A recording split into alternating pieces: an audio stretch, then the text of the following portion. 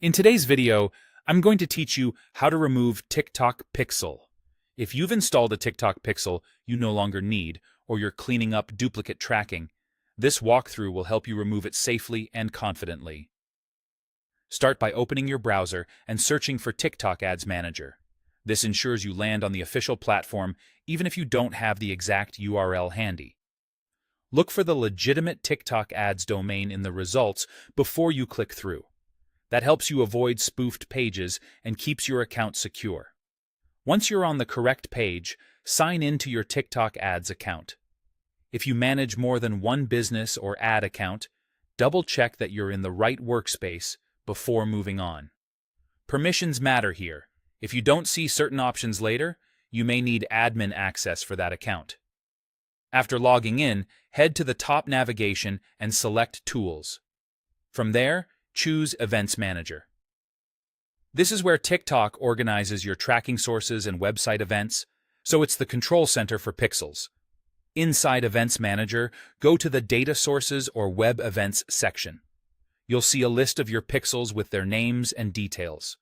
Take a moment to verify the exact pixel you want to remove. Matching the name, associated website, or pixel ID helps you avoid deleting the wrong one, especially if you've used similar names in the past. If needed, jot down the pixel ID for your records before you proceed, since this can be useful for documentation. When you've identified the correct pixel, look for the three-dot icon next to it. Click that menu to reveal management options. Select Delete. TikTok will usually prompt you to confirm this choice, since deleting a pixel can't be undone.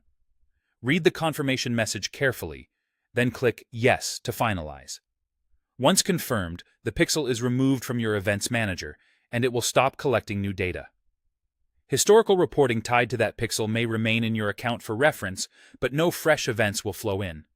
If your website still contains the old pixel code or a container tag that installed it, consider cleaning that up later so you don't send orphaned events or trigger console errors. Also, if the pixel was used in active campaigns, you may want to review those campaigns to ensure they're not expecting events from a deleted source. That's it. Quick, clean, and secure. By following these steps, you've successfully removed a TikTok pixel and kept your tracking setup organized.